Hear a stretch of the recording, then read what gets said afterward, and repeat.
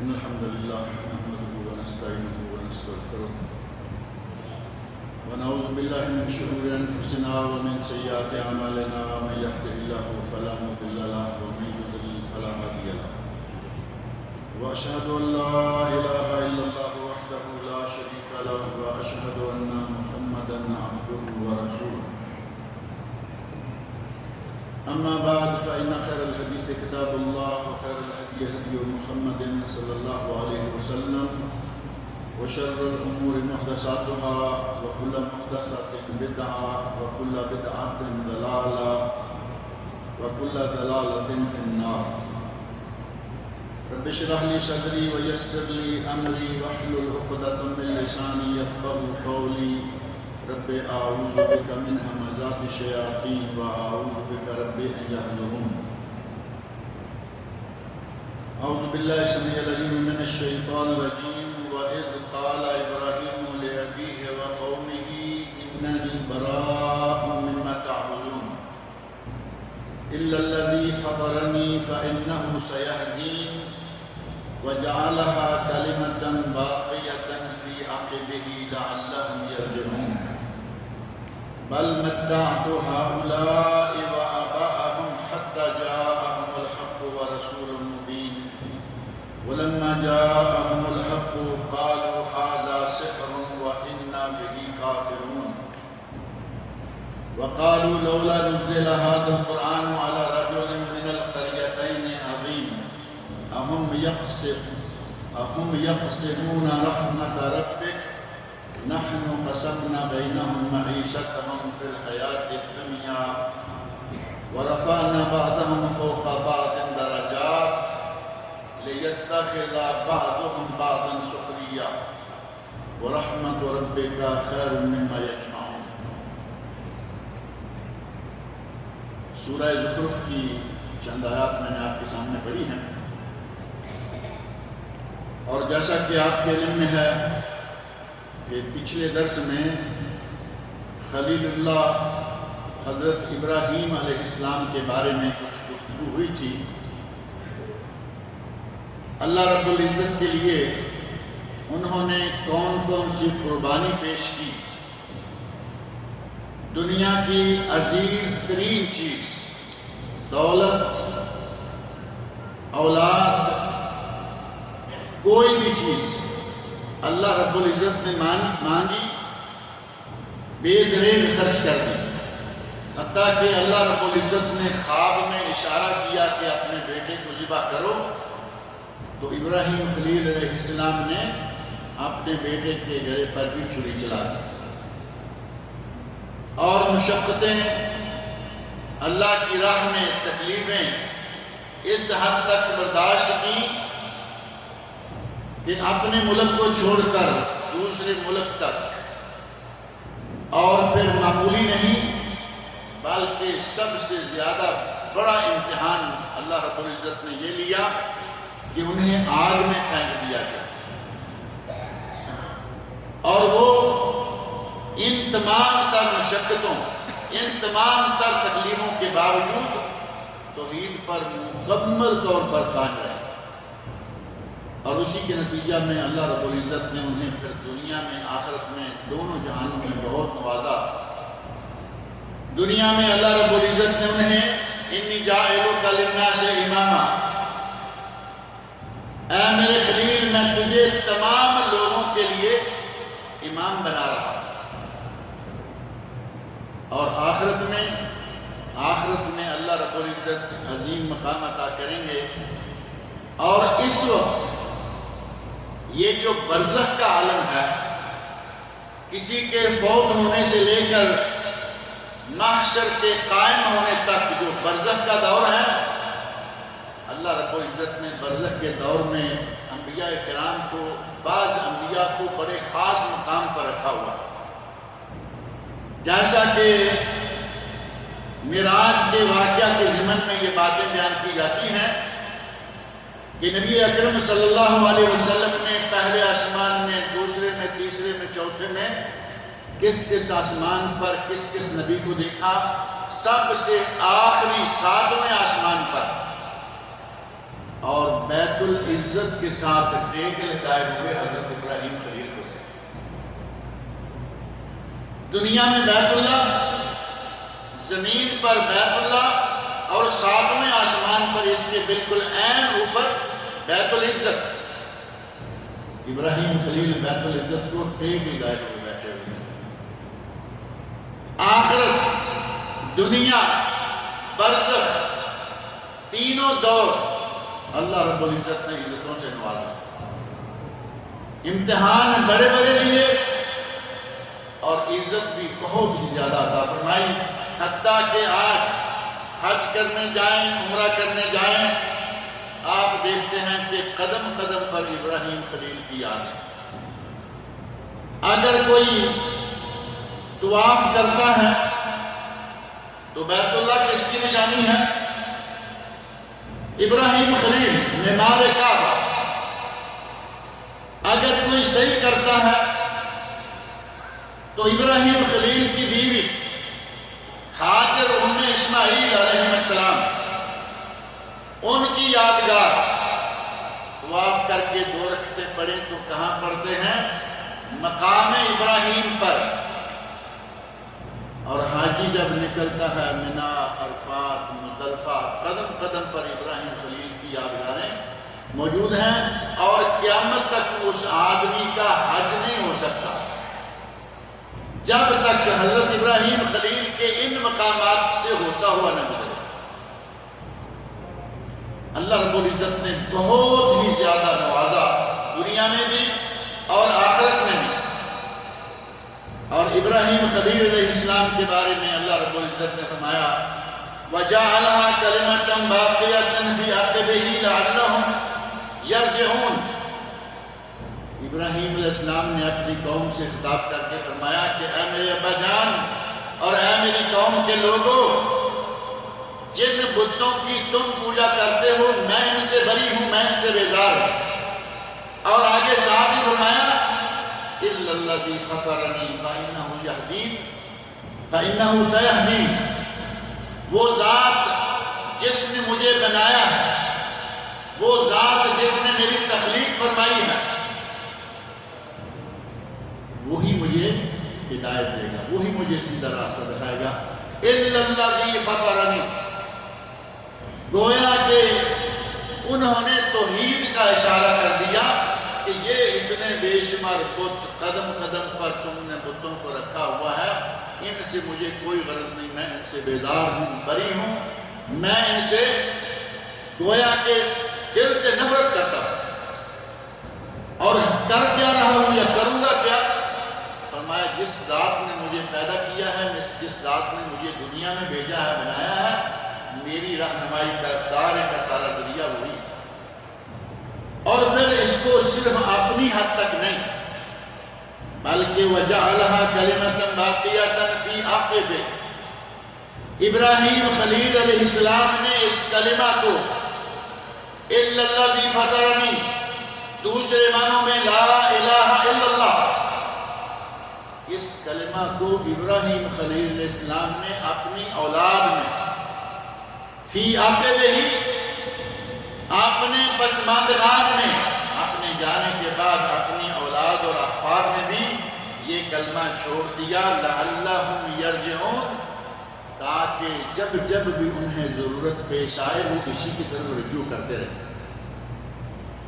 ابراہیم خلیل علیہ السلام نہ صرف یہ کہ خود موحد ہیں بلکہ ان کی اولاد بھی موحد ہے، اور اولاد بھی انبیاء کی ایک لڑی، 4 نبی مسلسل ابراہیم خلیل علیہ السلام کی اولاد سے آ رہے ہیں، معروف ہے نا؟ یوسف علیہ السلام، ابن یعقوب علیہ السلام، ابن اسحاق علیہ السلام، ابن ابراہیم علیہ السلام، 4 نبی مسلسل۔ پردادا کون ہیں؟ ابراہیم خلیل علیہ السلام۔ کریم ابنو کریم ابنو کریم ابنو کریم، یوسف علیہ السلام ہیں کریم کے بیٹے، کریم کے پوتے، کریم کے پڑپوتے، اور خود کریم۔ اللہ رب العزت نے نسل میں نبوت رکھی اور نسل میں توحید رکھی، اور اللہ نے فرمایا وَجَعَلَهَا كَلِمَةً بَاقِيَةً فِي عَقِبِهِ، ابراہیم نے اپنی اولاد و افراد میں اپنی نسل میں بھی توحید کو باقی رکھا، لَعَلَّهُمْ يَرْجِعُونَ، تاکہ وہ اس کی طرف رجوع کرتے رہیں۔ اور بعض اہل علم نے اس کا یہ ترجمہ بھی کیا ہے کہ جعلہ کا فاعل ابراہیم علیہ السلام نہیں بلکہ جعلہ کا فاعل اللہ تعالیٰ ہے۔ وَجَعَلَهَا، اللہ رب العزت نے کلمۃً باقیۃً فی عقبہ، اس توحید کے کلمے کو ابراہیم کی اولاد میں بھی باقی رکھا۔ ابراہیم علیہ السلام کی اولاد میں بھی اللہ نے یہ کلمہ توحید جو ہے یہ قائم رکھا، باقی رکھا، لعلہم یرجعون، تاکہ وہ اس کی طرف رجوع کرتے رہیں۔ بل متعت ہؤلاء وآباءہم، اللہ رب العزت فرماتے ہیں کہ ہم نے ان لوگوں کو اور ان کے آباء و اجداد کو دولت دنیا سے نوازا، دولت دنیا انہیں ہم نے عطا کی۔ بل متعت ہؤلاء، یہ لوگ قرآن کریم کے مخاطبین، مکہ کے مشرکین، ان کے آباء و اجداد، ان سب کو بھی ہم نے نوازا، حتی جاءہم الحق، یہاں تک کہ اللہ رب العزت کی طرف سے ان پر حق آ گیا، ورسول مبین، اور واضح رسول جس کی رسالت میں کسی قسم کا کوئی شک نہیں۔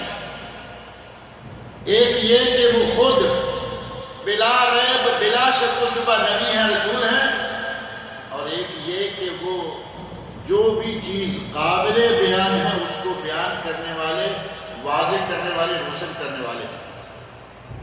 اللہ رب العزت فرمایا کہ دنیاوی اعتبار سے ہم نے انہیں بھی اور ان کے آباء و اجداد کو بھی دولت سے نوازا۔ دنیا میں جو متاع دنیا جو مطلوب تھی وہ بھی تھی، اور ساتھ ہی ان کی آخرت کی بہتری کے لیے، ان کے ایمان کو، ان کے اعمال کو سدھارنے کے لیے انہیں کتاب دی، انہیں حق عطا کیا اور ان کی طرف رسول بھیجا۔ دونوں کام، دنیا بھی آخرت بھی، مادی بھی روحانی بھی، اللہ رب العزت نے فرمایا کہ ہم نے ان کو دونوں طرح کی نعمتوں سے نوازا۔ وَلَمَّا جَاءَهُمُ الْحَقُّ قَالُوا هَذَا سِحْرٌ، جب حق ان کے پاس آ گیا تو کہنے لگے کہ یہ تو جادو ہے۔ هَذَا سِحْرٌ وَإِنَّا بِهِ كَافِرُونَ، اور ہم اس کا انکار کرتے ہیں۔ مشرک کا دماغ صحیح معنوں میں کام نہیں کر رہا ہوتا۔ وہ مشرک کا دماغ اگر کام کرے، پچھلے درس میں نے ذکر کیا کہ اپنے ہاتھ سے کپڑے اتار کے، مردے کو نہلا کے، کفن پہنا کے، چارپائی پہ ڈال کے قبر میں رکھ کے آتے ہیں۔ تھوڑی دیر پہلے تک وہ کوئی کام نہیں کر سکتا تھا، جیسے زمین کے نیچے گیا لوگوں کے بھی کام کرنا شروع کر دیا، آپ اس سے مراجعہ مانگنا شروع ہو جاتا۔ اگر ذرا بھی دماغ کام کر رہا ہو تو یہ کام کرے۔ تھوڑا سا بھی سوچ لیں کہ تھوڑی دیر پہلے ہم اسے اپنے کندھوں پہ اٹھا کے لائے، قبر بنا دی، مزار بنا دیا، سارا کچھ اپنے ہاتھوں سے کیا، اور مانگنے کی باری آتی ہے تو وہ پیر سے مانگنا شروع کرتے ہیں، قبر والے مردے سے مانگنا شروع کرتے ہیں۔ وہ چاہے کتنا بھی پاک باز کیوں نہیں تھا، چاہے وہ کتنا بھی ولی کیوں نہیں، لیکن اب بہت ہو چکا ہے۔ دیہات میں چھوٹے چھوٹے مزار ہوتے ہیں، بعض دفعہ شہروں میں بہت بڑے بڑے مزارات دیکھنے میں ملتے ہیں، جیسے کسی بڑے پرنس کا پیلس ہو، لیکن دیہات میں چھوٹے چھوٹے مزار، کسی نے ایسے ہی قبر کے چاروں طرف 4 اینٹیں لگا دی، سرحانے کی طرف تھوڑا سا اونچا کر دیا، درمیان میں چھوٹا سا تاک رکھا، وہاں آج کل تو بجلی پہنچ گئی گھروں میں بھی، پہلے تیل اور دیا رکھ دیا جاتا تھا، اس میں رات کو جا کے یا کم از کم جمعرات کو جا کے آگ جلا کے آ جائے، بزرگ کی قبر پر روشنی رہے، یہ انتظام کر کے آتا۔ اور ہم نے اپنی آنکھ سے دیکھا ہے، آنکھوں سے دیکھا ہے کہ رات کو دن کو وہاں کتے جاتے تیل چاٹتے، حضرت کی قبر پر مزار پر پیشاب کر کے آ رہے ہیں۔ جو سرکار اپنی قبر کو نہیں بچا سکتی، جو سرکار اپنی قبر کے دیے کو چراغ کو نہیں بچا سکتی، وہ کسی کے چراغ کو کیا بچائے؟ عقل کام ہی نہیں کرتا۔ اللہ رب العزت فرما رہے ہیں کہ ہم نے دولت دنیا انہیں دی، ان کے دین کے لیے نبی رسول کتابیں بھیجی، لیکن جب ان کے پاس حق آ گیا تو کہنے لگے کہ یہ تو جادو ہے۔ ابراہیم خلیل علیہ السلام نے کلمہ توحید اپنی اولاد میں بھی چھوڑا، خود اس پر عمل کیا، اپنی اولاد کو بھی کہہ کے گئے کہ اسی پہ قائم رہنا ہے، اور ان کی توحید کے نتیجہ میں ان کی اولاد بھی قائم رہی۔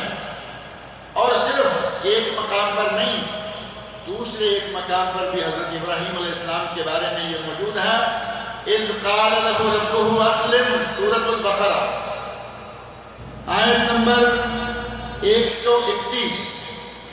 اذ قال له ربه اسلم، جب اس کے رب نے انہیں کہا کہ مطیع فرما بردار ہو جاؤ، قال اسلمت لرب العالمین، تو انہوں نے کہا کہ میں اس پورے جہانوں کے خالق و مالک کے سامنے مطیع و فرما بردار ہو گیا۔ اور ساتھ ہی اگلی آیت میں فرمایا وَوَصَّى بِهَا إِبْرَاهِيمُ بَنِيهِ وَيَعْقُوبُ، ابراہیم علیہ السلام نے اپنی اولاد کو، یعقوب علیہ السلام نے اپنی اولاد کو، ان سبوں نے اپنے اپنی اولاد و احفاد کو یہ وصیت کی اور کہا یا بنیہ، اے میرے بیٹو، ان اللہ اصطفیٰ لکم الدین، اللہ نے تمہارے لیے دین کو چن لیا ہے، دین مقرر کر دیا۔ فلا تموتن الا وانتم مسلمون، تمہیں اگر موت آئے تو مسلمان ہونے کی حالت میں موت آنا چاہیے۔ ابراہیم علیہ السلام نے، اسحاق علیہ السلام نے نہ صرف خود اپنی حد تک بلکہ توحید کو اپنے خاندان میں، اپنی نسل میں بھی جاری کر دیا۔ مکہ کے مشرکین جو اتنی عزت پائے ہوئے تھے، اس کا سبب کیا تھا؟ مکہ والوں کو اپنے وقت کی پوری دنیا میں سب سے زیادہ عزت ملی ہوئی تھی۔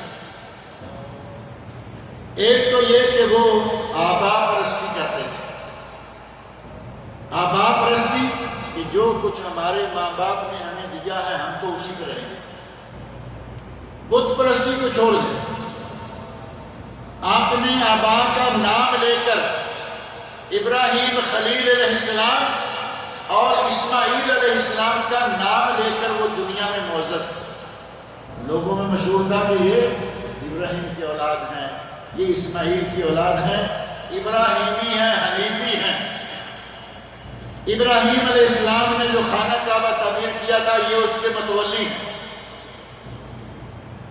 ابراہیم علیہ السلام اتنے موحد کہ وہ کھل کھلا کے اپنی قوم کو، اپنے باپ کو کہہ رہے ہیں کہ میں تمہارے ان بتوں سے بیزار ہوں، اور یہ اتنے مشرک، ایک دو بت سے ان کا گزارا نہیں، 360 بت بیت اللہ میں رکھے ہوئے ہیں۔ اگر تم نے اس شخص کی وجہ سے عزت پائی ہے تو کم از کم اس کے نظریات کو بھی اپنا لو۔ اگر اس کے نام سے تم دنیا میں معزز ہو، اس کا کام بھی کر لو۔ عزت حاصل کی ابراہیم علیہ السلام کے نام سے، لیکن ان کے برعکس شرک میں مبتلا ہو گئے۔ جیسے ہی اللہ رب العزت نے ان کی طرف نبی بھیجا، رسول بھیجا، قرآن کریم نازل کیا، حق پہنچایا، وَلَمَّا جَاءَهُمُ الْحَقُّ قَالُوا هَذَا سِحْرٌ، تو کہنے لگے کہ یہ تو جادو ہے، اور جادو وَإِنَّا بِهِ كَافِرُونَ، ہم اس کا انکار کرتے ہیں۔ نبی اکرم صلی اللہ علیہ وسلم کو کن معنوں میں جادوگر قرار دیا؟ نبی صلی اللہ علیہ وسلم کیا لوگوں کو باقاعدہ جادو کرتے تھے جیسے آج کل کیا جاتا ہے؟ کوئی واقعہ ایسا نہیں ملتا۔ آج کے دور میں تو معلوم ہے نا، جگہ جگہ جادوگروں کی دکانیں کھلی ہوئی ہیں، جادو کر رہے ہیں، لوگوں میں بہت سارا فساد پیدا کر رکھا، کسی پہ جن چھوڑ رکھا، کسی پہ کچھ چھوڑ رکھا ہے۔ نبی صلی اللہ علیہ وسلم کے بارے میں مشرکین مکہ نے کسی ایسے واقعہ کا ذکر نہیں کیا کہ یہ باقاعدہ وہ جادوگر تھے جو کہ جادوگر اس طرح کی برائیاں کرتے ہیں۔ وہ کن معنوں میں جادو کرنا کہہ رہے ہیں کہ تم دیکھ رہے ہو کہ ایک انسان ہے، تمہارے ہی جیسا ہے، تمہاری طرح ہی کھاتا بھی ہے، تمہاری طرح پیتا بھی ہے، تمہاری طرح بازاروں میں چلتا ہے، تمہارے مابین پیدا ہوا، تمہارے مابین بڑھ کر جوان ہوا، آج یہ ایک کلمہ کہہ رہا ہے، اس کلمے کے نتیجہ میں یا کسی بھی وجہ سے یہ لوگوں میں اتنا معروف اور مقبول ہو گیا ہے کہ جس کو بھی اس کی آواز پہنچتی ہے وہ اس کا گرویدہ ہو جاتا ہے، اس کے پیچھے لگ جاتا ہے۔ کہا کہ تم جانتے ہو یہ کیا ہے، اس کے باوجود اس کے پیچھے لگ رہے ہو، تو اس کا معنی یہ ہوا کہ جانتے بوجھتے اپنی آنکھوں سے دیکھے ہوئے جادو پر تم چل رہے ہو یا تمہارے اوپر جادو چل رہا ہے۔ ان معنوں میں نبی اکرم صلی اللہ علیہ وسلم کو جادوگر قرار دیا، اور مجموعی طور پر وہ اصل جادوگر نبی صلی اللہ علیہ وسلم نہیں تھے، اس کا انہیں اعتراف۔ اصل معنوں میں جو نبی جادوگر ہوں اس کو وہ مانتے تھے۔ وہ ایک کمیٹی جو مشرکین مکہ نے تشکیل دی تھی، آج کل بھی کمیٹیاں بنتی ہیں گورنمنٹوں میں، جب بھی کوئی بہت بڑا مسئلہ کھڑا ہو جائے، گورنمنٹ کی چوری پکڑی جائے، گورنمنٹ کے کسی کیبنٹ کے آدمی کا کوئی گناہ پکڑا جائے، کہیں گے کہ کمیٹی تشکیل دے دی۔ اب وہ کمیٹی کب رپورٹ دے گی، معاملہ ٹھنڈا ہو گیا، لوگوں کو بھول گیا، کمیٹی کی رپورٹ جو ہے وہ پڑی ہے۔ آج کی کمیٹیاں یہ ہیں، لیکن مشرکین مکہ نے ایک کمیٹی بنائی تھی، حج قریب آ گیا، انہوں نے سوچا کہ یہ جو باتیں کر رہا ہے اور جو انداز اس نے اختیار کیا ہوا ہے کہ جو قریب جاتا ہے چمٹ جاتا ہے، جو قتل کرنے جاتا ہے غلام ہو کے بیٹھ جاتا ہے۔ لوگ آئے نا، حضرت عمر فاروق ہی لے لیں، حضرت عمر فاروق جیسا طاقتور انسان، وہ انسان جن کو صحیح بخاری کے الفاظ میں نبی صلی اللہ علیہ وسلم کہہ رہے ہیں، عمر انکا رجل قوی، اے عمر تم طاقتور انسان، لا تؤذ ضعیف، کسی کمزور کو اذیت نہ دینا۔ یہ کہاں کی بات کر رہے ہیں؟ طواف کے وقت حجر اسود کو چھونے کو ہر کسی کا جی چاہتا ہے، حجر اسود کو بوسہ دے، چومے، اور طاقتور آدمی اگر اپنی طاقت استعمال کر کے بوسہ دے گا تو واضح بات ہے کہ کچھ بیچارے کمزور لوگوں کو مسل کے، کمزور لوگوں کو دھکیل کے وہاں پہنچے۔ آپ نے فرمایا عمر تو طاقتور آدمی ہے، لا تؤذ ضعیف، کمزور آدمی کو اذیت نہ دینا، ان خلالک فقبلہ، اگر بیت اللہ خالی کھلی، کم لوگ ہیں، حجر اسود پر کوئی رش نہیں ہے، اگر خالی ملے تو بوسہ دو، نہیں تو دور سے اشارہ کرو، اللہ اکبر کہو، گزر جاؤ۔ اتنا طاقتور آدمی گھر سے نکلا کہ میں آج مسلمانوں کے نبی کا سر قلم کرتا۔ اور کیا ہوا؟ سر تسلیم خم کر کے بیٹھ گئے، قتل کرنے گئے تھے، جان لینے گئے تھے، جان قربان کر رہے تھے۔ انہوں نے کہا کہ جو جاتا ہے وہی کا ہو کے رہ جاتا ہے۔ یہ تو ایک عمر فاروق کا واقعہ ہے، بہت سارے دیگر مسلمان جو مسلمان ہو رہے تھے وہ لوگ دے رہے تھے کہ جو بھی جا رہا ہے وہی کا ہو کے رہ رہا ہے۔ کچھ ایسا کیا جائے کہ اگر حج قریب آ گیا، لوگ آئیں گے باہر سے، دور پار سے آئیں گے، اگر اس کے قریب آتے رہے تو یہ سارے کے سارے مسلمان ہو جائیں گے۔ کمیٹی بنائی، بیٹھ گئے۔ اب کمیٹی میں ایک مشترکہ لفظ، ایک کوڈ ورڈ لینا ہے کہ وہ کیا لفظ ہو جو کہیں کہ یہ فلاں ہے، اور اس کے لیے انہوں نے باری باری مختلف نام لیے۔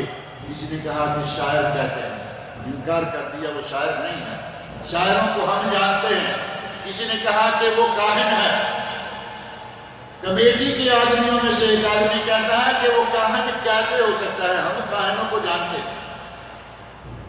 کسی نے کہا کہ وہ مجنون ہے، کہا تم سب سے زیادہ عقل مند وہ ہے، پاگل ہے، کہا کہ تم سب سے زیادہ عقل والا وہ ہے، پاگل کیسے کرو گے؟ کسی نے کہا جادوگر ہے، تو کہا کہ وہ جادوگر بھی نہیں، وہ جادوگر بھی نہیں، جادوگروں کے کرتوت ہم جانتے ہیں۔ بالآخر ابو جہل بھڑک اٹھا، ولید بن مغیرہ جو کہ بڑا سردار ہے یہاں مکے کا، کہا کہ کیا کریں، جو الزام ہم لیتے ہیں یا تیار کرتے ہیں تم اس کا انکار کر دیتے ہو، اب بتاؤ کریں تو کیا کریں؟ یہاں نبی اکرم صلی اللہ علیہ وسلم کی عظمت کا اندازہ کریں، مشرکین کی کمیٹی دشمنوں کا اجتماع ہے، دشمنوں کی میٹنگ ہے، اور نبی صلی اللہ علیہ وسلم پر الزام جرنے کے لیے کوئی الزام نہیں مل رہا، جو لگاتے ہیں ان کے اپنے لوگ ہی اسے جھوٹا ثابت کر دیتے ہیں کہ یہ بھی نہیں ہو سکتا۔ بالآخر کہا کہ اور تو کچھ نہیں، یہ جو میاں بیوی میں بھی تفریق کر دیتا ہے، بھائی بھائی میں تفریق کر دیتا ہے، دوست دوست میں تفریق کر دیتا ہے، اولاد والدین میں تفریق کر دیتا ہے، چلو کم از کم یہ کہتے ہیں کہ یہ جادوگر ہے، ایک لفظ پہ تو اکٹھے ہو جائیں۔ مجبوراً انہیں اس لفظ پہ اکٹھے ہونا پڑا، اور اس لفظ کو انہوں نے نبی اکرم صلی اللہ علیہ وسلم کے لیے قرآن کریم کے متعدد مقامات پر استعمال کیا، کہا کہ یہ جادوگر ہے، اور اپنے ہی لوگوں کو کہتے ہیں کہ جب یہ کوئی بات لے کے آتا ہے تم اس کو مانتے ہو، سمجھتے ہو، تمہیں معلوم نہیں ہے کہ تمہارے مابین یہ پلا بڑا، تمہارے مابین یہ جوان ہوا، اور آج تم اس کو مان رہے ہو، تمہارے مابین چلتا کھاتا پھرتا ایک انسان ہے اور تم اسے نبی ماننے کے لیے چلو گے؟ کہا کہ یہ نہیں۔ سورہ انبیاء کے شروع میں آیت نمبر 3 میں بھی انہوں نے کہا اَفَتَأْتُونَ السِّحْرَ وَأَنْتُمْ تُبْصِرُونَ، اَفَتَأْتُونَ السِّحْرَ، کیا تم چلتے پھرتے جادو پہ عمل کرو گے؟ وَأَنْتُمْ تُبْصِرُونَ، تم دیکھ رہے ہو، سمجھ رہے ہو۔ گویا کہ انہوں نے نبی اکرم صلی اللہ علیہ وسلم کے بارے میں یہ اقرار کر لیا، اس بات کا اعتراف کر لیا کہ آپ انسان ہیں، چلتے پھرتے کھاتے اٹھتے بیٹھتے بازاروں میں نکلتے ہیں، اور کہا کہ ان کو تم نبی کیسے مان لو؟ یہ گویا کہ چلتا پھرتا جادو تم پہ اثر کر رہا ہے۔ اور سورہ صاد کی آیت نمبر 5 میں، آیت نمبر 5 اور 6 میں اللہ رب العزت نے فرمایا ہے وَقَالَ الْكَافِرُونَ هَذَا سَاحِرٌ كَذَّابٌ، ان مشرکین کی، ان کافروں کی بات کو اللہ رب العزت نے نقل کیا اور فرمایا کہتے ہیں هَذَا سَاحِرٌ كَذَّابٌ، کہ یہ جھوٹا ہے، یہ جادوگر ہے۔ اب آپ جیسے انہوں نے خود اپنی میٹنگ میں جادوگر ہونے سے انکار کر رکھا ہے، اسی طرح آپ نبی اکرم صلی اللہ علیہ وسلم کی سیرت مبارکہ کو پڑھتے ہیں، سنتے ہیں، آپ کے علم میں ہے کہ نبی صلی اللہ علیہ وسلم 40 سال تک صادق کے نام سے معروف رہے، 40 سال کی عمر تک، جب تک کہ آپ کو نبوت نہیں مل گئی، جب تک آپ نے لا الہ الا اللہ کا اعلان شروع نہیں کیا، سارے مکہ والے تو آپ کو صادق و امین کہتے رہے۔ اب وہ جھوٹا کیسے کہہ رہے ہیں؟ آپ کس منہ سے جھوٹا کہتے ہیں؟ اب یہ بات صرف اتنی تھی کہ جب آپ کی زبان مبارک سے توحید کی آواز نکلتی تو یہ ان کے دلوں کو کاٹتی تھی، یہ ان کے سینوں پر مونگ ڈلتی، اس کی انہیں تکلیف ہوتی تھی۔ اب کچھ بھی بک دیتے، شاعر کہہ دیا، جادوگر کہہ دیا، کاہن کہہ دیا، جھوٹا تک کہہ دیا، مجنون کہہ دیا، لیکن ان دعووں میں کوئی حقیقت نہیں تھی، بلکہ نبی اکرم صلی اللہ علیہ وسلم ان تمام لوگوں سے زیادہ فرزانہ، ان تمام لوگوں سے زیادہ عقل مند تھے۔ محض کہہ دیا وَلَمَّا جَاءَهُمُ الْحَقُّ، جب حق ان کے پاس آ گیا، قَالُوا هَذَا سِحْرٌ، کہنے لگے کہ یہ تو جادو ہے، وَإِنَّا بِهِ كَافِرُونَ، اور ہم اس کا انکار کرتے ہیں۔ اب انہوں نے نبی اکرم صلی اللہ علیہ وسلم کی نبوت پر، نبی صلی اللہ علیہ وسلم کی ذات گرامی پر کچھ اور کیچڑ اچھالنے کی کوشش کی کہ یہ نبی کیسے ہو سکتا ہے۔ کہنے لگے وَقَالُوا لَوْلَا نُزِّلَ هَذَا الْقُرْآنُ عَلَى رَجُلٍ مِّنْ قَرْيَتَيْنِ عَظِيمٍ، چلیے مان لیتے ہیں کہ اگر اللہ نے انسان کو ہی نبی بنانا تھا، پہلی بات تو یہ ہے کہ کھاتا ہے پیتا ہے، قرآن کریم کے ایک مقام پر نہیں کئی مقامات پر ہمارے نبی کے بارے میں، پہلے نبیوں کے بارے میں آیا کہ یہ چلتا پھرتا کھاتا ہمارے مابین پیدا ہوا پلا بڑا جوان، یہ نبی کیسے ہے؟ ایک جملہ میں کئی مرتبہ کہتا رہتا ہوں کہ مشرکین مکہ نے کہا کہ یہ انسان ہے، نبی کیسے ہو سکتا ہے؟ اور ہمارے مسلمان آج کل کیا کہہ رہے ہیں؟ کہتے ہیں کہ نبی پاک انسان کیسے ہو سکتے ہیں؟ وہ تو نور میں نور اللہ تھا، جن کے مابین آپ پیدا ہوئے، پلے بڑے جوان ہوئے، شادیاں کی، اولادیں ہوئی، وہ نبی نہیں مان رہے، کہتے ہیں کہ بشر کو نبی کیسے مان لیں؟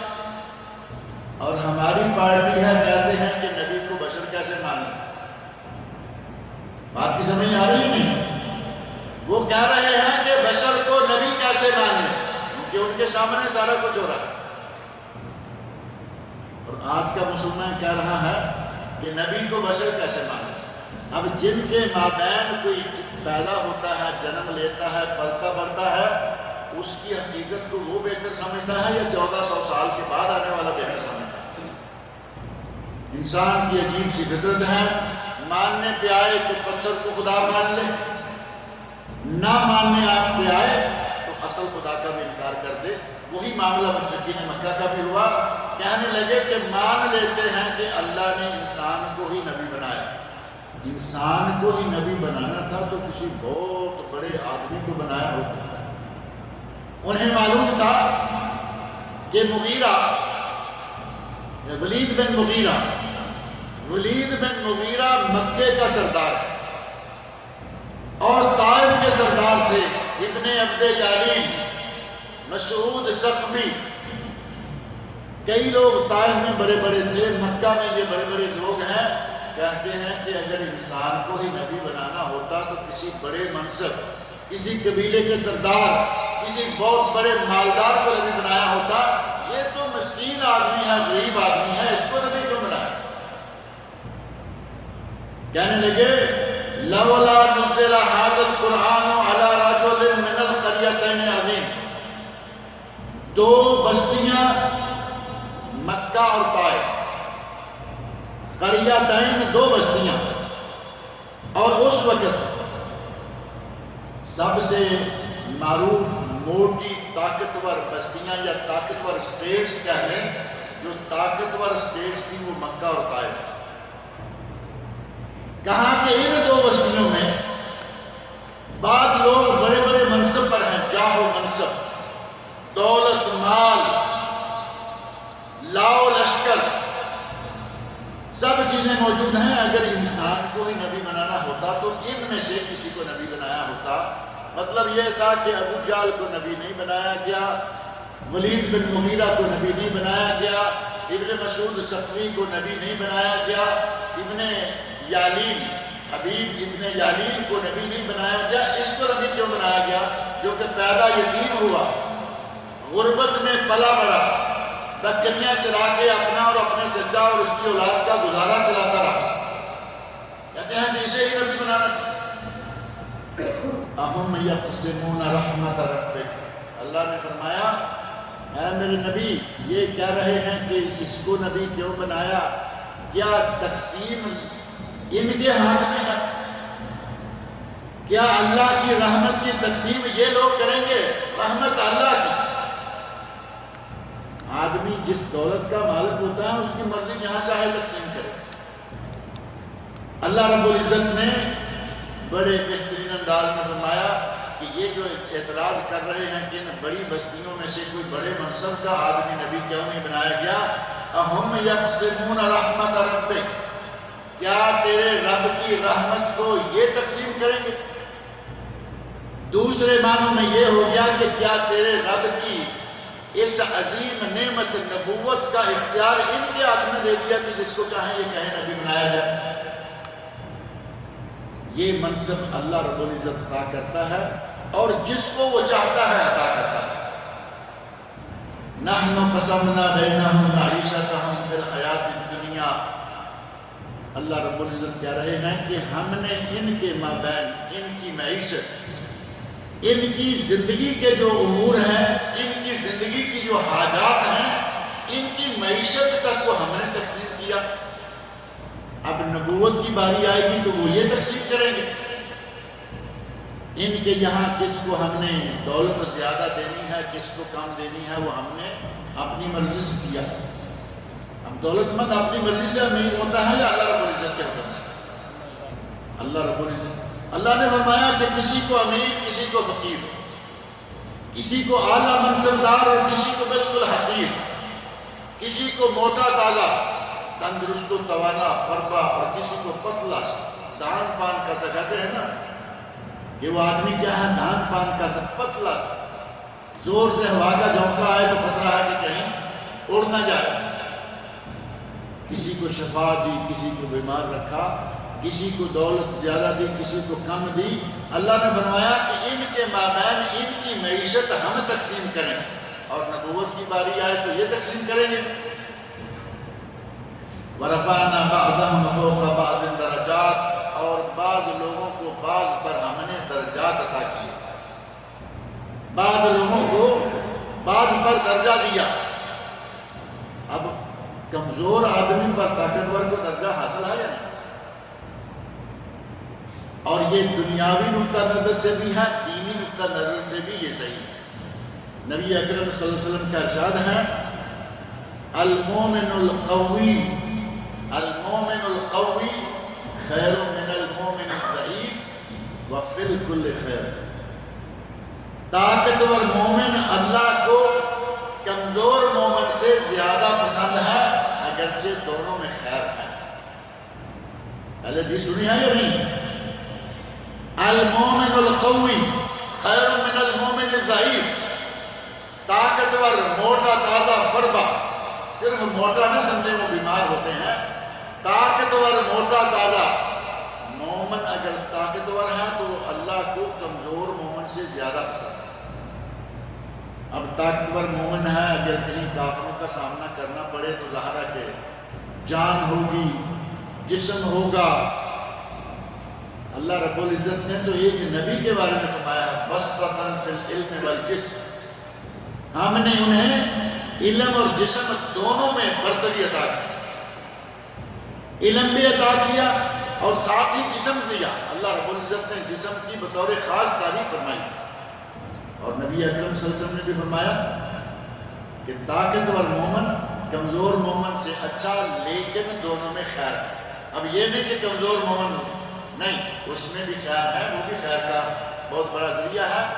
اللہ رب العزت کہتے ہیں کہ جس کو ہم نے چاہا طاقتور کیا، جس کو چاہا کمزور کیا، جس کو چاہا مالدار کیا، جس کو چاہا غریب کیا، جس کو چاہا منصب دیا، جس کو چاہا حقیر کیا۔ یہ ہماری منصب، اور اس کا سبب کیا ہے؟ فرمایا لِيَتَّخِذَ بَعْضُهُمْ بَعْضًا سُخْرِيًّا، تاکہ بعض ایک دوسرے کو آپس میں بعض کو اپنے ماتحت کر رہے ہیں۔ اللہ رب العزت نے یہ جو حکمت بیان فرمائی ہے، اس پہ ذرا تھوڑا سا غور کر کے دیکھیں، یہ اسی کے لائق تھی۔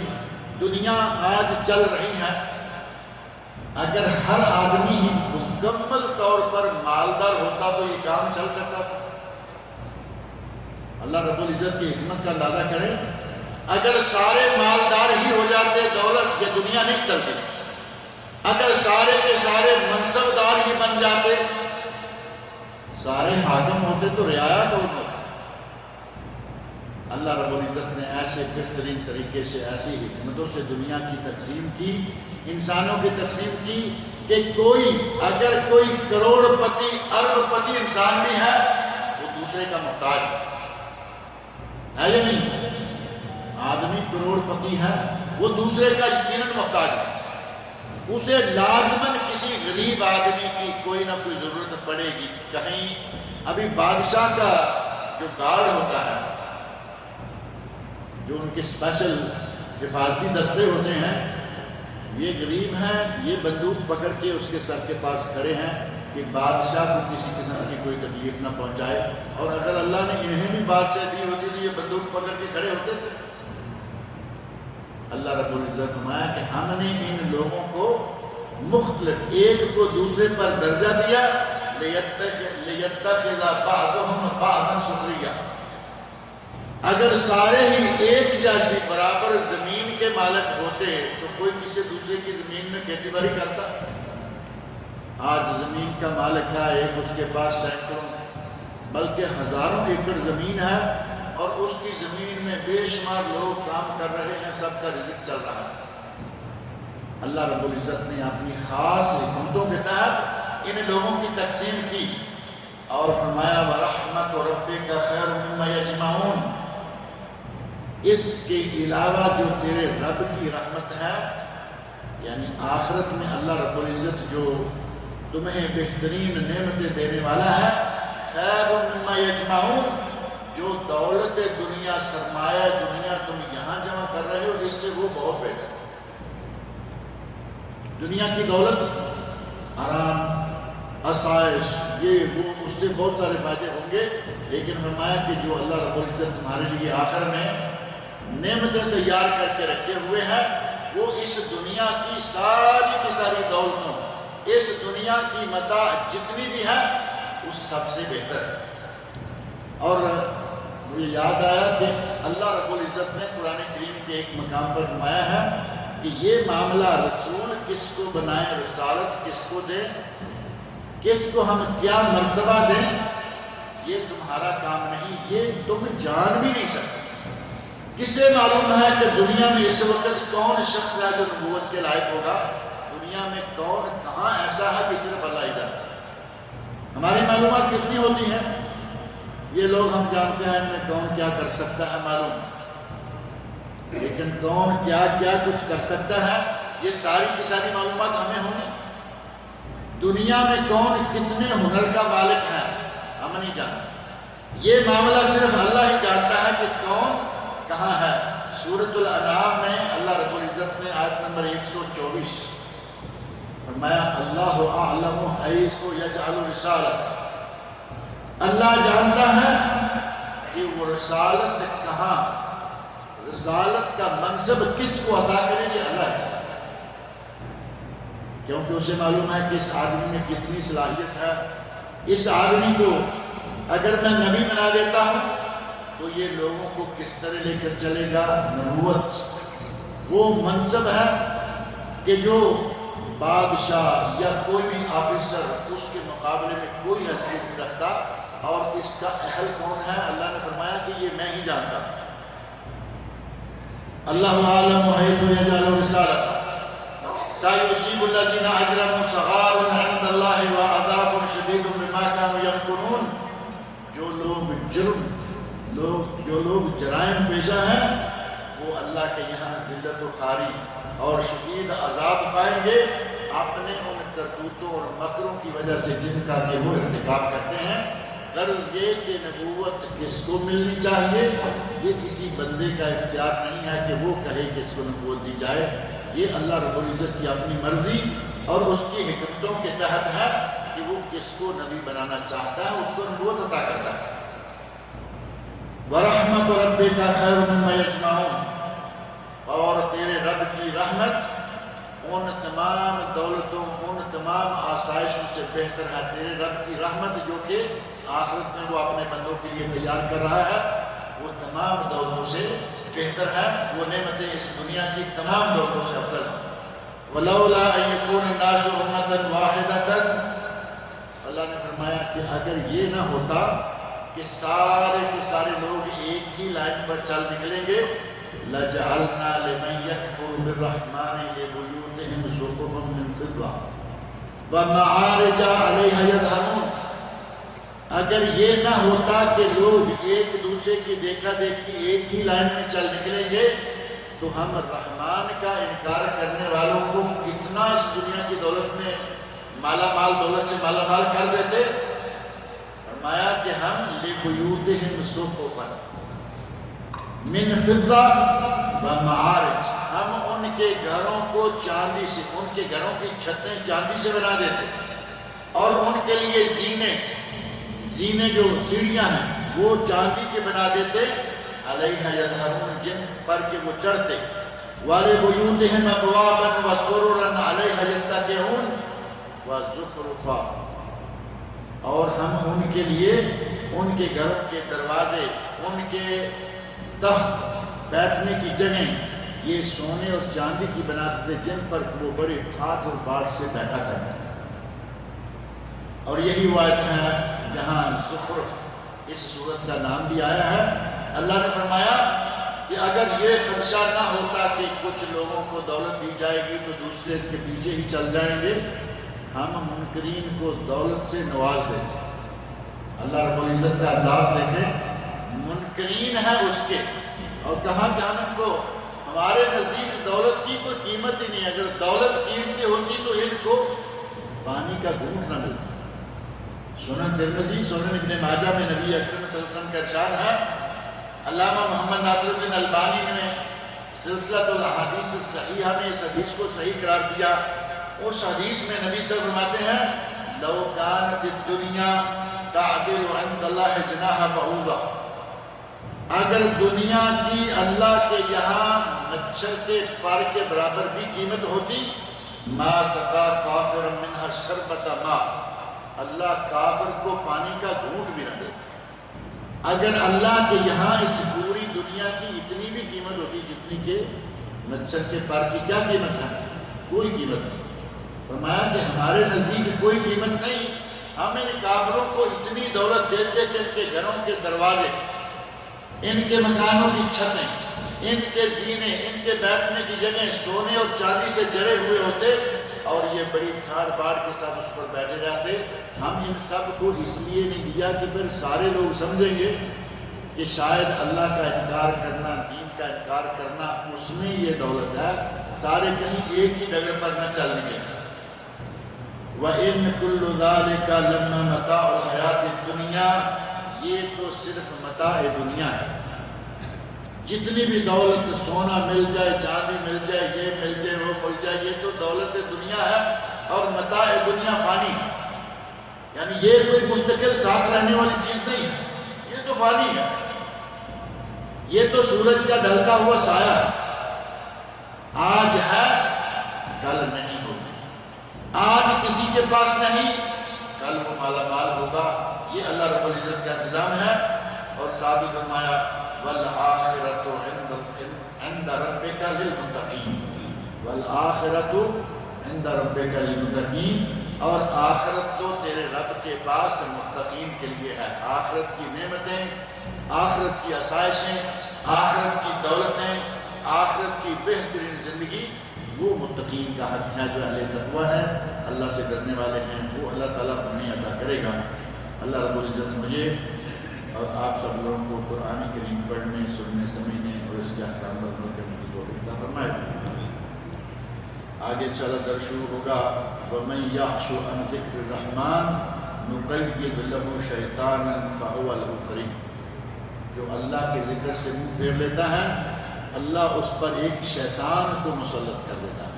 انشاءاللہ یہ درس اگلے بات شروع کریں گے۔ اللہ تعالیٰ مجھے اور آپ لوگوں کو نیک عمل دے۔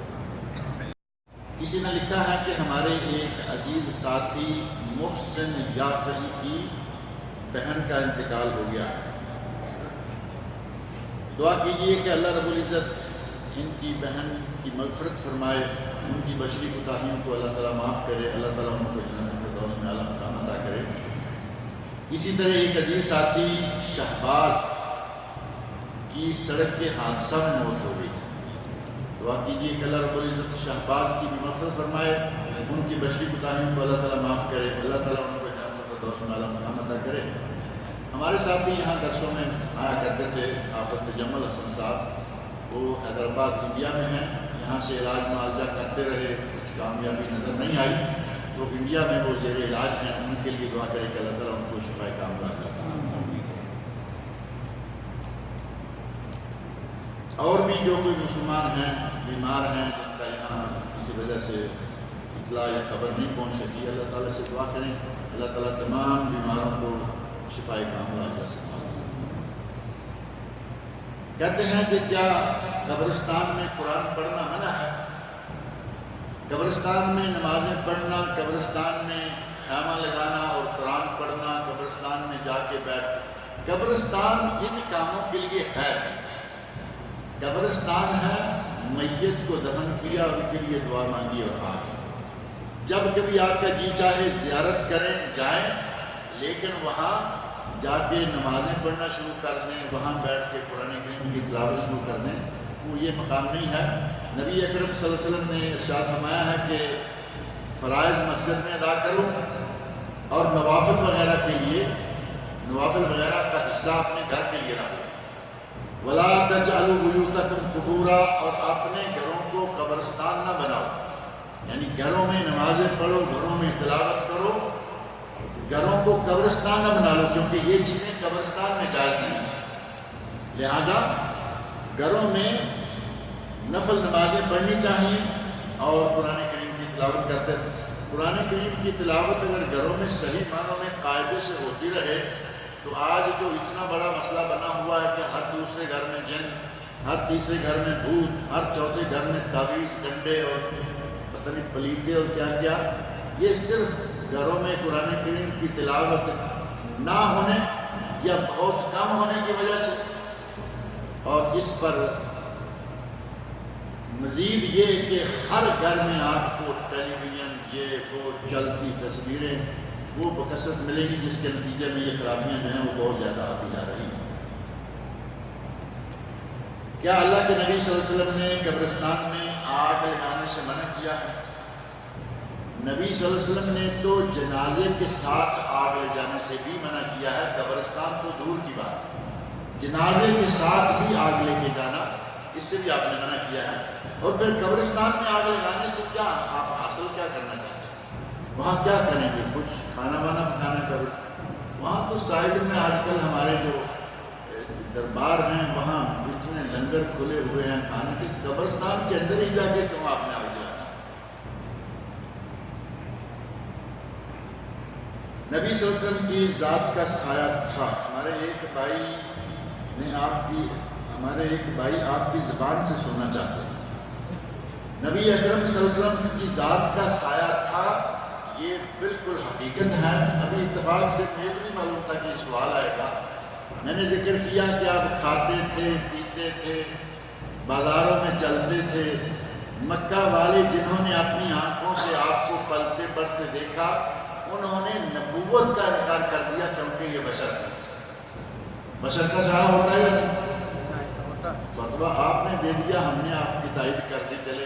اسی حوالے سے ہماری زبان سے بھی یہ بات، نبی صلی اللہ علیہ وسلم بشر تھے، لیکن افضل البشر خیر البشر، پوری بشریت کے امام اور سردار تھے، سرتاج تھے، اور بشر کا سایہ ہوتا ہے، اور اس کا باقاعدہ بعض حدیث میں ذکر موجود ہے۔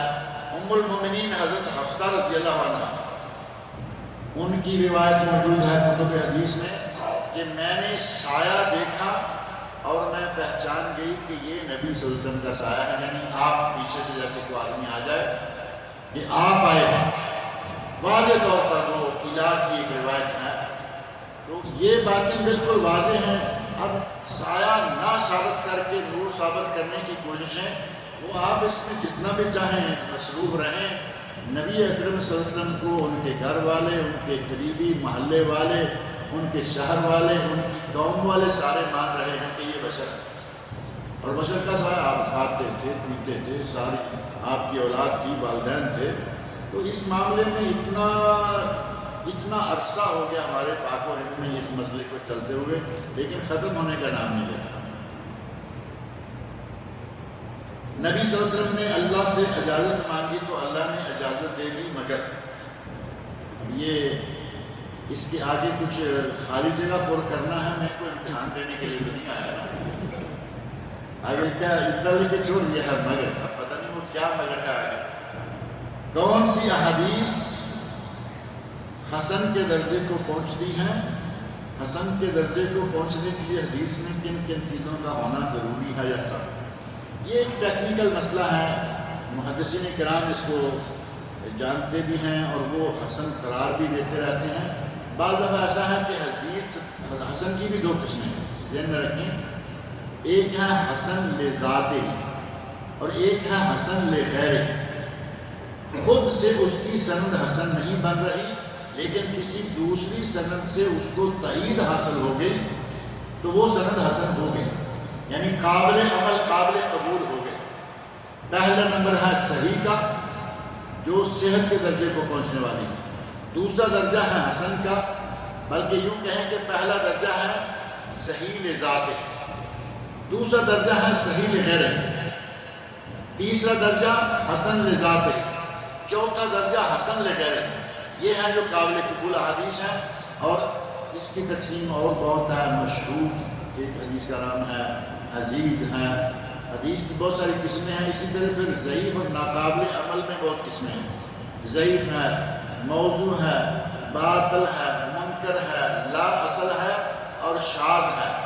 اس طرح ناقابل عمل روایتوں کی بھی بہت ساری قسمیں ہیں۔ بہرحال محدثین کرام کا یہ جو فن ہے، نبی اکرم صلی اللہ علیہ وسلم کے صحیح ارشادات تک پہنچنے کے لیے ایک بہترین فن ایجاد کیا گیا، اور یہ وہ فن ہے جس کی تعریف کافر بھی کر رہے ہیں۔ کافر بھی یہ بات مانتے ہیں کہ کسی قوم میں، کسی دین کے لوگوں میں یہ فن نہیں ہے جو مسلمانوں کے اندر پایا جاتا ہے۔ ایک بات کو نبی صلی اللہ علیہ وسلم تک پہنچتے ہوئے چیک کریں گے کہ یہ بات صحیح ہے یا نہیں، کسی دوسرے مذہب میں، کسی دوسرے دین میں یہ فن موجود ہے، اور اس فن کے تحت لاکھوں لوگوں کے زندگی کے حالات باقاعدہ مدون موجود ہیں اور کتابوں میں لکھے ہوئے موجود ہیں۔ ایک بھائی کا سوال ہے کہ رفع الیدین کرنا کون سی سنت ہے؟ کیا سنت موقدہ ہے یا غیر موقدہ ہے؟ موقدہ کو بڑے عجیب طریقے سے لکھا ہے، چلیے میں کہ سمجھ آ گئی موقدہ ہی لکھا ہوگا۔ نبی اکرم صلی اللہ علیہ وسلم ایک عمل کریں، سلف صالحین امت میں پہلی چیز یہ ذہن میں رکھیں کہ سلف صالحین میں یہ موقدہ، غیر موقدہ اور نفل اور یہ ان کی تقسیم میں کوئی دلچسپی نہیں تھی۔ ایک چیز جو نبی صلی اللہ علیہ وسلم سے ثابت ہو گئی عمل کریں، ایک چیز سے نبی صلی اللہ علیہ وسلم نے روک دیا، مکروہ، حرام اور وہ یہ تقسیم کی کوئی ضرورت نہیں تھی۔ نبی نے روک دیا چھوڑ دیں، نبی نے حکم دیا کر لیں، نبی نے کیا کر لیں۔ اب یہ تقسیم بعد میں شروع ہوئی جس میں موقدہ اور غیر موقدہ بھی آ گئی، اور رفع الیدین کے بارے میں آپ صرف اتنا سوچ لیں کہ نبی اکرم صلی اللہ علیہ وسلم نے ساری عمر کی، خلفائے راشدین چاروں خلفائے راشدین رفع الیدین کے قائل ہیں، فاعل ہیں۔ عشرہ مبشرہ، وہ 10 صحابہ جن کو ایک حدیث میں بیک زبان نبی اکرم صلی اللہ علیہ وسلم نے جنتی قرار دیا، وہ سارے کے سارے رفع الیدین کے قائل ہیں، فاعل ہیں۔ اور پھر اسی پر بس نہیں بلکہ 50 صحابہ کرام جن کے باقاعدہ نام ملتے ہیں، روایات ملتی ہیں۔ حافظ ابن حجر اسقلانی رحمۃ اللہ علیہ، ان کے استاد اور ان کے دیگر زملاء نے وہ روایات بھی جمع کر دی، 500 کے قریب روایات ملتی ہیں کہ رفع الیدین کرنی چاہیے۔ اب آپ کہاں آگے کہ موقدہ ہے یا غیر موقدہ ہے؟ اتنی روایات جس حدیث کے بارے میں ملیں، پھر آپ شک میں پڑ جائیں کہ کرنی چاہیے نہیں کرنی چاہیے، تو پھر یہ آپ کی مرضی ہے۔ رفع الیدین سنت ہے، کیجئے، ثواب کمائیے، نہیں کرنا چاہتے آپ کی مرضی۔ کیا کعبہ کی طرف منہ یا پیٹھ کر کے قضائے حاجت کر سکتے ہیں؟ یہ دونوں کام منع ہے۔ کعبہ شریف کی طرف منہ کر کے قضائے حاجت کے لیے بیٹھنا یا پشت کر کے بیٹھنا دونوں منع ہے، دائیں یا بائیں، یعنی یہ کعبہ ہے، نہ ادھر منہ کریں نہ ادھر پشت کریں، یعنی مشرق اور مغرب یہاں کے حساب سے دونوں طرف منہ کر کے نہ بیٹھیں بلکہ شمالی جنوب میں بیٹھیں۔ اور کیا ہر تشہد کے اٹھنے کے بعد رفع الیدین کرنا ہے؟ یعنی جب آپ تشہد سے اٹھیں وہ قاعدہ اولیٰ ہے یا امام کی وجہ سے آپ کو قاعدہ اولیٰ بنانا پڑتا ہے؟ کبھی ایسا بھی ہے کہ آپ قاعدہ اولیٰ میں نہیں ہیں، آپ کی ابھی ایک رکعت بھی نہیں ہوئی اور آپ کو تشہد مل گیا، پہلے آپ نے رفع کیا، ہاتھ باندھے اور سیدھے اتحیات بیٹھ گیا، رکعت کوئی نہیں ہوئی لیکن تشہد مل گیا۔ اب امام اٹھا، اب ہاتھ باندھنے سے پہلے رفع امام کی تیسری رکعت مکمل ہو گئی اور وہ بیٹھ گیا، آپ کا دوسرا قاعدہ ہو گیا۔ اب آپ اٹھیں گے، آپ کی دوسری رکعت مکمل ہو گئی، 2 رکعت کے بعد آپ کو پھر قاعدہ کرنا ہے، یہ آپ کی 2 رکعتیں ہوئی، قاعدہ تیسرا ہو گیا۔ اٹھیں گے پھر رفع کر کے ہاتھ باندھنا ہے اور اس کے بعد آپ کی تیسری رکعت مکمل ہوگی، پھر قاعدہ کرنا ہے۔ 3 رکعتیں اور 4 قاعدے ہو سکتے ہیں اس شکل میں، لیکن یہ امامت کی وجہ سے، کیونکہ آپ کو امام کے ساتھ چلنا ہے، لہذا جب بھی قاعدہ کر کے اٹھیں وہ 1 رکعت کے بعد کرنا پڑ جائے، یا اصول کے مطابق ہر 2 رکعت کے بعد جو قاعدہ ہے جب اٹھیں قاعدہ سے تو رفع کر کے ہاتھ باندھیں۔ زندہ یا مردہ کا ہاتھ یا پیشانی چومنا کیسا ہے؟ جائز ہے۔ نبی اکرم صلی اللہ علیہ وسلم نے فرمایا کہ تمہارے مردے نجس نہیں ہوتے۔ غسل کے مسئلہ میں بات آ گئی اور بعض صحابہ کرام رضی اللہ عنہم اس سلسلہ میں بات کرنے لگے تو فرمایا کہ غسل، میت کو غسل دینے کے بعد غسل کرنا واجب نہیں، کیونکہ تمہاری میت نجس نہیں تھی۔ اور حضرت ابوبکر صدیق رضی اللہ عنہ کو جب پتہ چلا کہ نبی صلی اللہ علیہ وسلم فوت ہو گئے ہیں، سیدھے آپ کے گھر گئے اور آپ کی پیشانی مبارک پر بوسہ دیا۔ محدثین کرام نے اس کو خاص طور پر ذکر کیا ہے کہ میت نجس نہیں ہوتی، اور یہ نبی صلی اللہ علیہ وسلم کا خاصہ نہیں بلکہ یہ عام مسلمان کے بارے میں آپ نے فرمایا ان المؤمن لا ینجس، ایک روایت میں ان المسلم لا ینجس، مسلمان کبھی نجس نہیں ہوتا چاہے وہ جنبی کیوں نہ ہو، وہ نجاست مانوی ہے، اسی نجاست نہیں ہے۔ لہذا مردہ یا زندہ کسی کے پیشانی کو چومنا کوئی وہ نجاست کے اعتبار سے نہیں ہے۔ اب آپ کی والدہ ہے، آپ کے والد ہیں، بزرگ ہیں، پیشانی چومتے ہیں آپ ان کی، کوئی حرج نہیں ہے، لیکن اگر کہیں کسی کے گھٹنے جا چومنے لگے، نہ وہ آپ کا ماں ہے نہ باپ ہے نہ کچھ ہے، اور گھٹنے بھی چوم رہے ہیں آپ، تو یہ کس وجہ سے چوم رہے ہیں؟ نہ ان کا جواز ثابت ہے نہ یہ رکوع ثابت ہے۔ گھٹنوں کو چومنے تک جھکنا کسی کے سامنے یہ بھی ناجائز ہے، یہ شرک ہے، کیونکہ رکوع صرف اللہ کے لیے ہے۔ یہ رکوع بھی کر رہا ہے، گھٹنے بھی چوم رہا ہے، اور کئی لوگ تو بہرحال پاؤں بھی چومتے ہیں، بہت دور تک چلے جاتے ہیں۔ کہتے ہیں کہ میرے ایک دوست نے پوچھا ہے کہ عمرہ کرنے میں آخری چکر میں طواف کے بھی ہاتھ حجر اسود کی طرف، آخری چکر میں طواف کے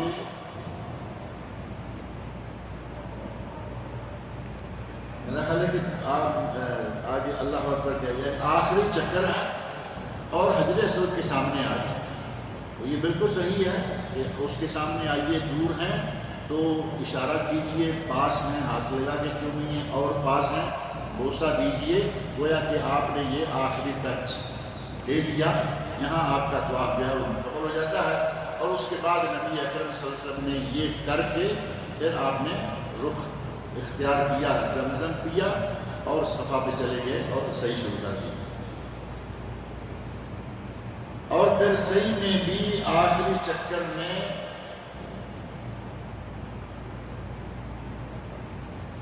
آگے پھر وہ اسی طرح کا لفظ ہے کہ اس کی طرف پھر دعا کرنا ہوگا، شاید قبلہ ہی ہوگا، مربع، اچھا مربع ایسا ہوگا، یعنی آخری چکر میں مروہ پر پہنچ گئے تو وہاں بھی دعا کرنا ہے۔ ہر صفا اور مروہ پر کعبہ شریف کی طرف منہ کر کے ہر چکر میں دعا کریں، اور اللہ رب العزت سے اپنی اور اپنے اہل و عیال کے خیر مانگے۔ اللہ رب العزت مجھے اور آپ سب لوگ کو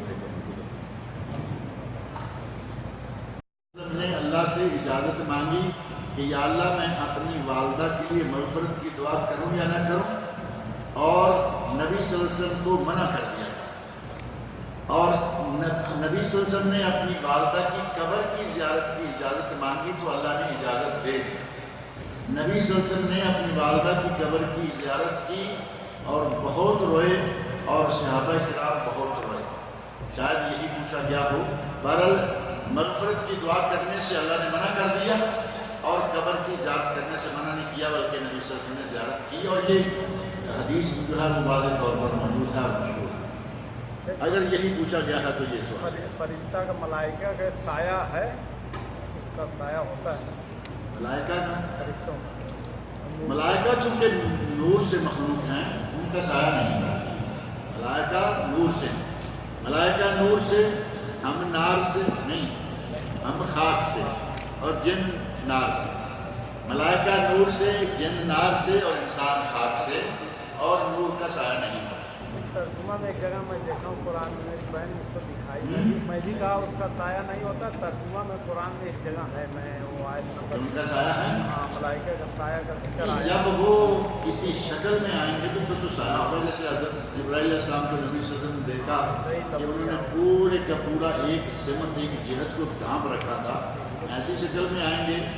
دہیا رضی اللہ عنہ کی شکل میں جبرائیل علیہ السلام آتے تھے تو اس وقت تو ظاہر ہے ان کا سایہ، اب وہ نور کا سایہ شمار نہیں ہوتا، وہ تو جس شکل میں آئے ہوئے ہیں ان کا سایہ ہے، اصل نور جو ہے اس کا سایہ وہ نہیں ہے۔